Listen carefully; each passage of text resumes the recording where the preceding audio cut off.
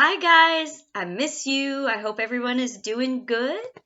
Today we are going to read Mudball by Matt Tavares. He's one of my favorite illustrator authors, and I have read a lot of his stuff to you guys before.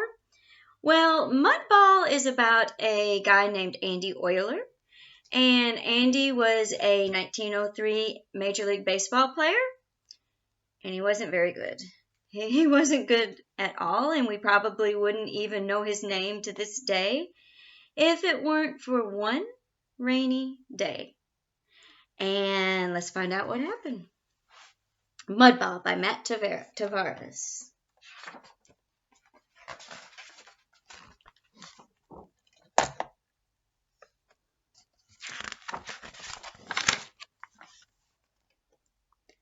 One fateful spring day in 1903, little Andy Euler practiced his swing. He tried not to listen to the heckling fans of the opposing team, the St. Paul Saints. "Hey, Shorty, I bet you can't even hit it past the pitcher's mound," a man shouted.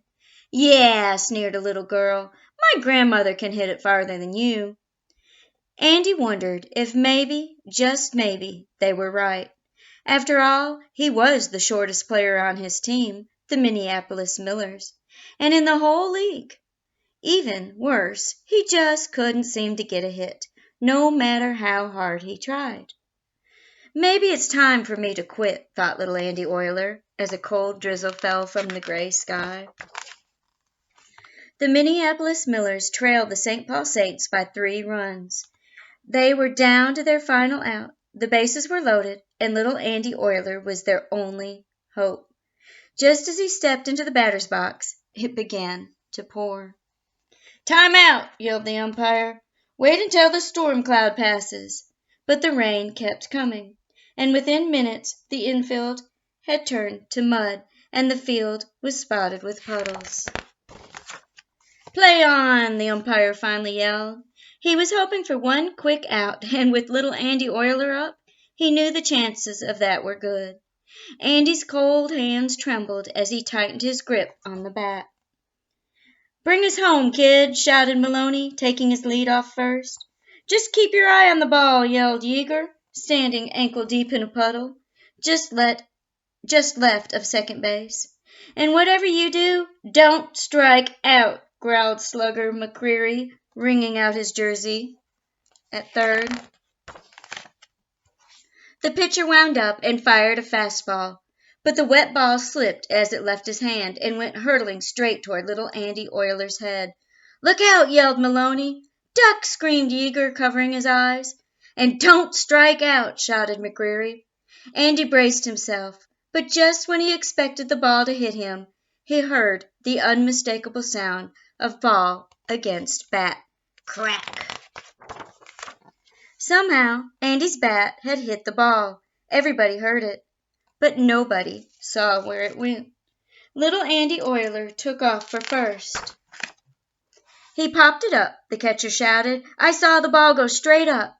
He ran in circles around home plate, ready to catch the ball when it fell from the sky, but it never did.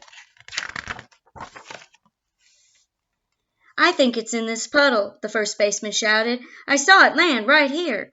He splashed and splashed, but still the ball was nowhere to be found.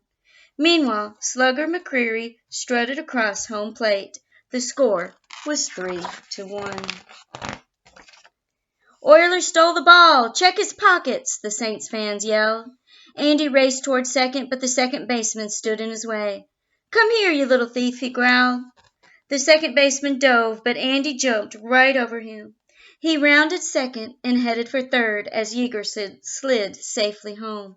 The score was 3-2. "What'd you do with the ball?" the pitcher screamed at the catcher. "I didn't do anything," yelled the catcher. "It just disappeared."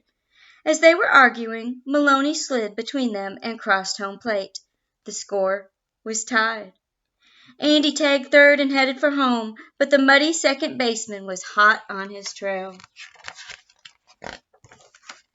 "I'm going to get you," the second baseman yelled. With every step, he drew closer and closer. But just as he was ready to pounce on Andy, he tripped and fell face down in the mud. Little Andy Oiler crossed home plate with the winning run. "We scored 4 runs! We win!" yelled the Millers' manager. "It doesn't count!" shouted the Saints' manager. "Nobody knows where the ball went." "Ah," moaned the second baseman. "I tripped on a rock and twisted my ankle." The umpire scratched his head. "There weren't any rocks when I walked the field this morning," he said. "Oh, yeah?" said the second baseman. "Then what's this?" "Fair ball!" shouted the umpire. "The Millers win." The Millers jumped for joy. The fans rushed the field, and everyone crowded around little Andy Oiler, the big hero of Minneapolis. And here is a picture of that team. All right, there's an epilogue, and it says, even though his home run traveled only a few feet in front of home plate, it seemed to break Andy Oiler out of his slump. He had 3 hits the next day, and by the end of the season, he was one of the Minneapolis Millers' best players. The St. Paul Saints fans kept making fun of Andy for being short, but it didn't bother him.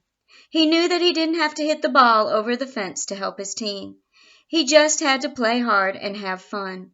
And that's what Andy Oiler did.